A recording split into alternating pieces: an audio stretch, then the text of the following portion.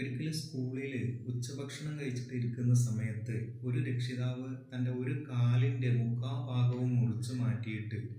രണ്ട് കൈയിലും ഒരു സപ്പോർട്ട് വടിയൊക്കെ വെച്ചിട്ട് മെല്ലെ മെല്ലെ നീങ്ങിയിട്ട് സ്റ്റാഫ് റൂമിലേക്ക് വരുന്നുണ്ട്. ആ രക്ഷിതാവ് വന്ന ഉടനെ ഞാൻ ഇന്ന കുട്ടിയുടെ ഉപ്പയാണ്,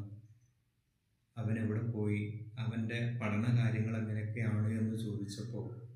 അവൻ്റെ കാര്യങ്ങളൊക്കെ പറഞ്ഞിട്ട് അവിടുന്ന് റിസൾട്ടൊക്കെ കാണിച്ചു കൊടുക്കുന്ന സമയത്ത് ആ രക്ഷിതാവ് പതിയെ വിങ്ങി പൊട്ടിയിട്ട് പറയുന്നുണ്ട്, ഞാൻ ഒരുപാട് കാലം വിദേശത്തായിരുന്നു, അവർക്ക് വേണ്ടിയിട്ടായിരുന്നു ഇത്രയും കാലവും ജീവിച്ചത്,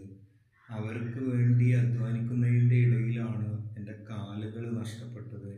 ഇപ്പം ഞാൻ എന്ത് പറഞ്ഞാലും അവർ കേൾക്കില്ല, എന്നെ അനുസരിക്കുകയില്ല എന്ന് മാത്രമല്ല, ഞാനുമായിട്ടൊന്ന് അഭിസംബോധന ചെയ്യാനുള്ള ഒരു അവസരം പോലും അവൻ ഉണ്ടാക്കാറില്ല എന്നൊക്കെ പറയുന്നുണ്ട്.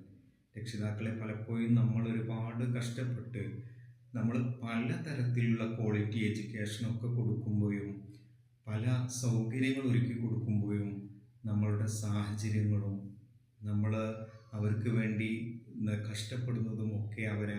അറിയിക്കാതെ പോകുമ്പോൾ, അതല്ലെങ്കിൽ നമ്മളുടെ വീട്ടിലെ സാഹചര്യങ്ങളിൽ അവരെ ഇൻവോൾവഡ് ആക്കാതെ പോകുമ്പോൾ, സൊസൈറ്റിയുടെ ഭാഗമാക്കി മാറ്റാതെ പോകുമ്പോൾ പല നല്ല ഇടപെടലുകൾക്കുള്ള